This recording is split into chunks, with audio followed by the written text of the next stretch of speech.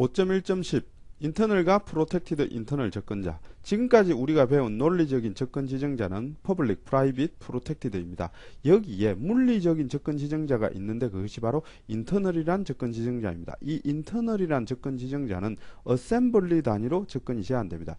예를 들어서 A.dll이란 어셈블리가 있습니다. 여기에 탑이란 클래스가 있고 여기에 static int A라고 멤버가 하나 있다고 가정하죠. 여기에 인터널 접근 지정자를 달아두었습니다. 그러면은 이 A.dll 어셈블리 내부에서는 이것이 퍼블릭입니다. 하지만은 이 어셈블리를 벗어나면 이것은 프라이빗이 되어버립니다. 예를 들어서 B.dll에서 탑.a에 접근을 하면 이것은 에러가 됩니다. 왜냐하면은 A.dll에 있기 때문에 A.dll 내부에서는 퍼블릭이지만은 B.dll로 넘어오면 이것은 프라이빗이 되기 때문에 이것은 에러가 됩니다. 하지만 이 인터널 때문에 문제가 발생할 수가 있습니다. 만약 이와 같이 클래스를 이와 같이 만들었는데 이 클래스를 인터널로 지정했다고 가정하겠습니다. 그러면은 이 클래스 SOS라는 클래스는 이 클래스 내부, 즉 이 어셈블리 내부에서만 퍼블릭이 됩니다. 이것을 벗어나면 이 어셈블리를 벗어나면 프라이빗이 되어 버립니다. 그렇기 때문에 상속을 할 수 없는 문제가 발생합니다. 그래서 등장하는 것이 바로 프로텍티드 인터널입니다. 즉 아무리 인터널이라 하더라도 상속하는 데만 퍼블릭으로 해주는 것이 바로 프로텍티드 인터널입니다. 그래서 이것이 프로텍티드 인터널로 되어 있으면 이렇게 상속을 할 수 있지만 그냥 인터널로 되어 있으면 이것은 상속을 할 수 없게 되는 것입니다. 5.1.11 오버라이딩. 먼저 변수 하이딩부터 알아보도록 하겠습니다. 일단 value hide라는 클래스 내부에 보면은 멤버 필드로 private int i가 있습니다. 그리고 메서드 안에 보면은 int i가 이렇게 있습니다. 즉 멤버 필드 i와 지역 변수 i가 중복되어 있는 상황입니다. 이 상황에 i를 사용하게 되면은 가까운 i가 우선을 하게 됩니다. 여기서는 지역 변수로서의 i가 우선을 합니다. 즉 멤버 필드 i가 하이딩이 되는 것입니다. 이러한 것을 변수 하이딩이라고 합니다. 이러한 현상은 함수에서도 나타납니다. 먼저 클래스를 보시면 베이스라는 클래스가 있습니다. 이 베이스 클래스 내부에 보면은 메서드 a라는 함수가 있습니다. 그리고 이 베이스를 상속받아서 메서드 hide라는 클래스가 되었으며 그대로 하이 클래스 내에서 메서드 a라는 함수를 다시 만들고 있습니다. 이렇게 상위 클래스에 있는 메서드를 하이 클래스에서 다시 만드는 것을 오버라이딩이라고 합니다. 이렇게 다시 만들기 위해서는 반드시 함수명 앞에 이렇게 new라는 키워드를 붙여줘서 이렇게 오버라이딩 다시 재정의를 해야 됩니다. 이렇게 되면은 메서드 하이드 객체를 이와 같이 만들고 그리고 나서 메서드 a를 이렇게 호출하면은 상위 클래스 내에 있는 메서드 a는 무시가 되고 그리고 하이 클래스에 있는 메서드가 호출됩니다. 이것을 함수 하이딩이라고 하며 메서드를 이렇게 다시 만드는 행위를 오버라이딩이라고 합니다. 오버라이딩 할 때는 new 키워드를 여기에 붙여줘야 된다는 것도 잊지 마시기 바랍니다.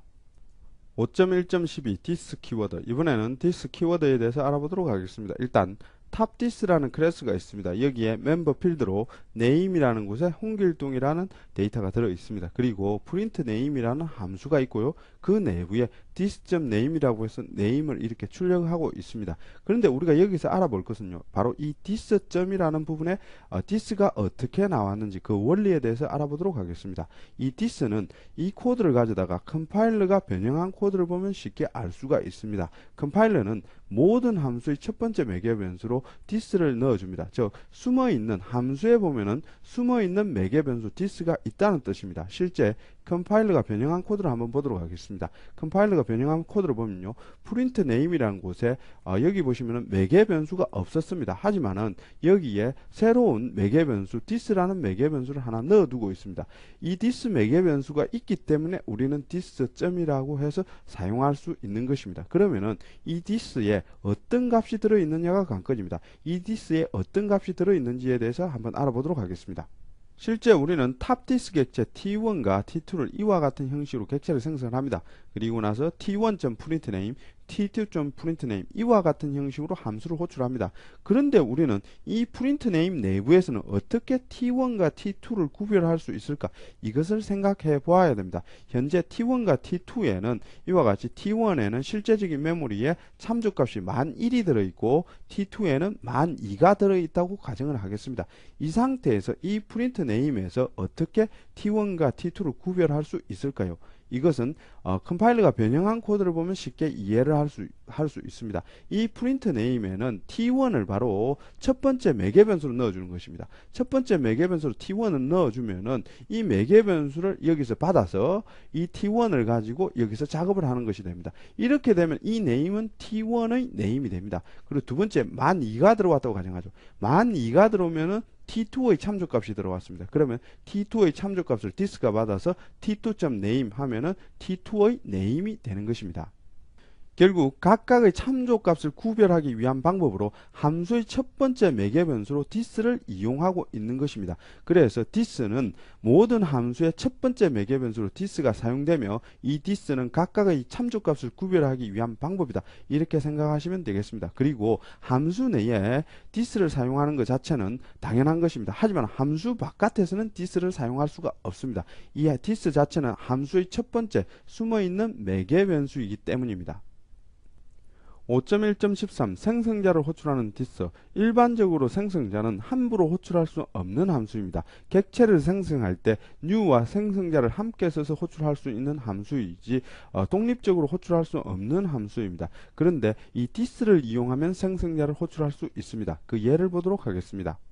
thisself라는 클래스가 있습니다. 이 클래스 내부에는 name과 age를 멤버 필드로 두고 있습니다. 그리고 매개 변수 없는 생성자, 그리고 매개 변수가 하나인 생성자, 그리고 매개 변수가 두 개인 생성자를 두고 있습니다. 총 3개의 생성자를 두고 있습니다. 그리고 두 번째 생성자를 보시면은요, 이 옆부분에 this name, -1이라고 있습니다. 이 부분이 바로 생성자를 호출하는 부분입니다.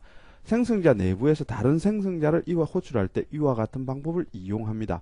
이 구문이 이해가 가지 않으시면 이 구문이 바로 첫 번째 줄에 있다고 생각하면 쉽게 이해를 할 수가 있습니다. 즉 두 번째 생성자가 name이 매개 변수로 받아서 또 다른 생성자를 호출하기 위해서 이 name을 이쪽으로 넘겨줘서 매개 변수가 두 개인 생성자를 먼저 호출하고 자신의 일을 하는 이런 형식으로 되어 있습니다. 그 윗부분도 마찬가지입니다. 여기에 매개 변수 없는 생성자를 호출하기 전에 매개 변수가 하나인 생성자를 먼저 호출하고 자신의 일을 하는 이런 방식으로 생성자를 호출할 수가 있습니다. 이 생성자를 호출하는 것은 생성자의 중복을 피하기 위해서, 즉 생성자를 재사용하기 위해서 생성자 내에서 this를 이용해서 다른 생성자를 호출할 수 있는 방법을 제공하는 것입니다.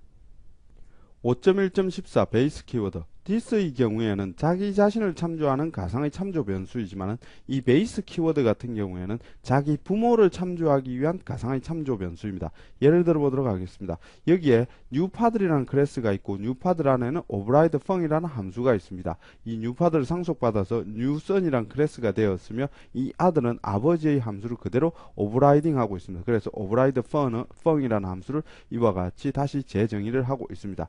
이 상태에서 newson 아들을 입장에서 override func을 이와 같이 호출한다고 가정하죠. 여기에 베이스 키워드가 없다고 가정하고 override func을 호출한다고 가정하죠. 이렇게 되면은 아들의 override func이 호출됩니다. 왜냐하면은 아버지의 override func이 hiding이 되었기 때문에, overriding으로 hiding이 되었기 때문에 아들의 함수가 호출되는 것입니다. 만약 여기서 아버지의 override funk, 아버지의 함수를 호출하고 싶으면은 방법이 없습니다. 그래서 등장하는 것이 바로 베이스 키워드입니다. 베이스 점으로 해서 override func이라는 함수를 호출하게 되면은 아버지의 함수를 호출하라, 이런 의미가 됩니다.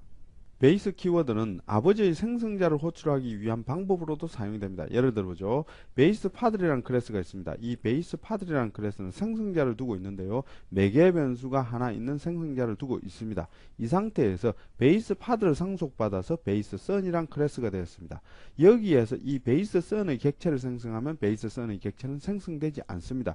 이유는요, 바로 아버지의 생성자를 호출하지 않고서는 절대 아들의 생성자를 호출할 수 없기 때문에 베이스 선의 객체를 생성할 수가 없습니다. 즉 여기서 보시면은 아버지의 생성자에 매개 변수가 있습니다. 이 매개 변수를 누군가 넣어주지 않으면 아버지의 생성자를 호출할 수 없기 때문에 아들의 생성자를 호출할 수 없고, 그래서 객체를 생성할 수 없는 것입니다. 이때 베이스 키워드를 이용하면 아버지의 생성자를 호출할 수가 있습니다. 베이스 키워드로 이렇게 매개 변수를 넣어주면은 아버지의 생성자가 이렇게 호출이 됩니다. 즉 아버지의 생성자가 호출되면은 바로 아들의 생성자가 그 다음에 호출할 수가 있는 것입니다. 이러한 상황에 아버지의 생성자를 호출하기 위해서 베이스 키워드를 이용하기도 합니다.